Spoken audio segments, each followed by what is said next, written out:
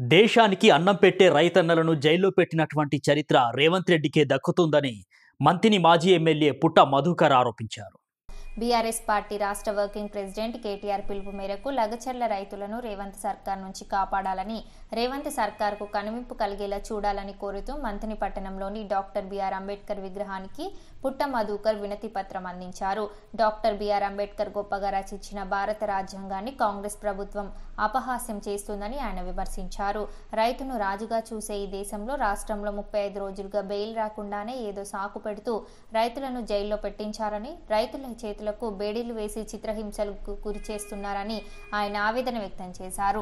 రేవంత్ రెడ్డి అధికారంలోకి రాకముందు ఒక మాట మాట్లాడి అధికారంలోకి వచ్చిన తర్వాత రైతులను వంచించి మోసం చేస్తున్నాడని ఆగ్రహం వ్యక్తం చేస్తున్నాడు. జరుగుతున్నటువంటి అరాచకాలను, అణిచివేతల నుంచి రేవంత్ రెడ్డి గారి లగచర్ల రైతులను కాపాడాలని బాబాసాహెబ్ భీమ్రావ్ అంబేద్కర్ గారిని వారి పక్షాన విజ్ఞప్తి చేస్తున్నాం. కాంగ్రెస్ ప్రభుత్వానికి, రేవంత్ రెడ్డి గారికి కనువిప్పు కావాలి. ఎంతో గొప్పగా ప్రపంచమే మెచ్చుకునే విధంగా మీరు రాసినటువంటి రాజ్యాంగాన్ని రేవంత్ రెడ్డి గారు అపహాస్యం చేస్తూ రైతే రాజుగా భావించేటువంటి ఈ దేశంలో, ఈ రాష్ట్రంలో రైతులకు దాదాపు 35 రోజుల నుంచి బెయిలు రానివ్వకుండా ఏదో ఒక సాకు పెట్టి ఆపుతూ జైళ్లలోనే పెట్టి వాళ్లకు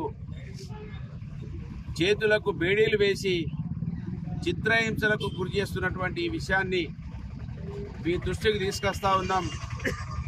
తెలంగాణ మీరు రాసినటువంటి రాజ్యాంగాన్ని అనుసరించి మీరు ఆ రోజు పెట్టినటువంటి సెక్షన్ 3 దానిని అనుసరించి వచ్చినటువంటి తెలంగాణ రాష్ట్రం 10 సంవత్సరాలలో కేసీఆర్ గారి నాయకత్వంలో సుభిక్షంగా అన్ని వర్గాల ప్రజలు గొప్పగా వర్ధిల్లితే ఇవాళ అన్నం పెట్టే రైతులు దాదాపు 35 రోజుల పైచిలకు జైళ్లలో మగ్గుతా ఉన్నారు.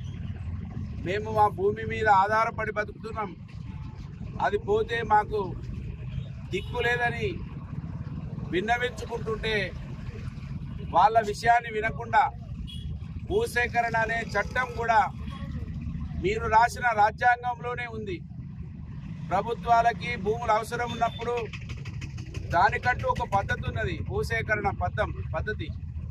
ఆ భూసేకరణ పద్ధతిని కూడా అమలు చేయకుండా, అవలంబించకుండా వాళ్ళకి ఇష్టం వచ్చినట్టు రాత్రి పోయి గిరిజన తాండాల మీద పడి మిడతల దండుల్లాగా కాంగ్రెస్ నాయకులు, రేవంత్ రెడ్డి గారు అన్నగారు తిరుపతి రెడ్డి గారు, ఆయన మాఫియా అంతా కూడా వాళ్ళ ఇళ్ల మీద పడి అరాచకాలు చేస్తూ వాళ్ళ భూములను గుంజుకుంటా ఉన్నారు. వాళ్ళకి సంబంధం లేకుండానే సర్వేలు చేస్తూ ఉన్నారు. ఈ దేశంలో ఎక్కడ లేదు ఇంత దౌర్జన్యం.